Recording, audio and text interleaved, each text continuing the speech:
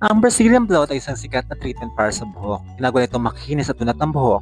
Gumagamit ito ng espesyal na keratin solution na ang solusyon na ito ay tinatak sa buhok gamit ang plancha. Ang treatment na ito ay maaaring tumagal ng ilang buwan. Binabawasan nito ang pagkakulot at ginagawang mas madaling ayusin ang buhok. Pero mahalaga ang tamang temperatura ng plancha para maging maayos ang resulta ng Brazilian blowout. Napakalaga ng temperatura ng plancha sa Brazilian blowout. Malaki ang epekto nito sa bisa ng treatment at sa kalusugan ng buhok. Masyadong mainit na plancha ay makakasira ng buhok. Masyadong malamig naman ay hindi masisil ng maayos ang keratin. Ang tamang temperatura ay siya nagsisigurado na didikit ang keratin sa buhok. Ito ang nagbibigay ng makikinis at pangmatagalang resulta. Ang pagpili ng tamang temperatura ay parang pagbabalanse.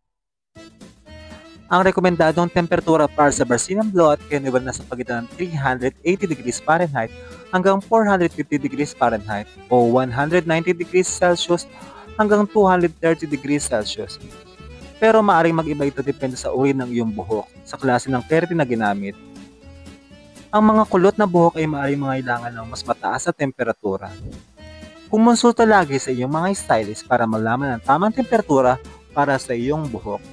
Ang mga stylist ay may sapat na kaalaman upang magbigay ng tamang payo base sa iyong texture at kapal ng iyong buhok.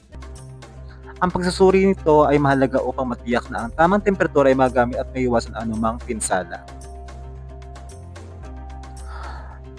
Ang paggamit ng sobrang init na plancha ay maaaring magdulot ng problema. Ang sobrang init ay maaaring magdulot ng pagkasunog ng buhok at anit. Ang iyong buhok ay maaaring maging marupok at mawala ng natural nitong kinang.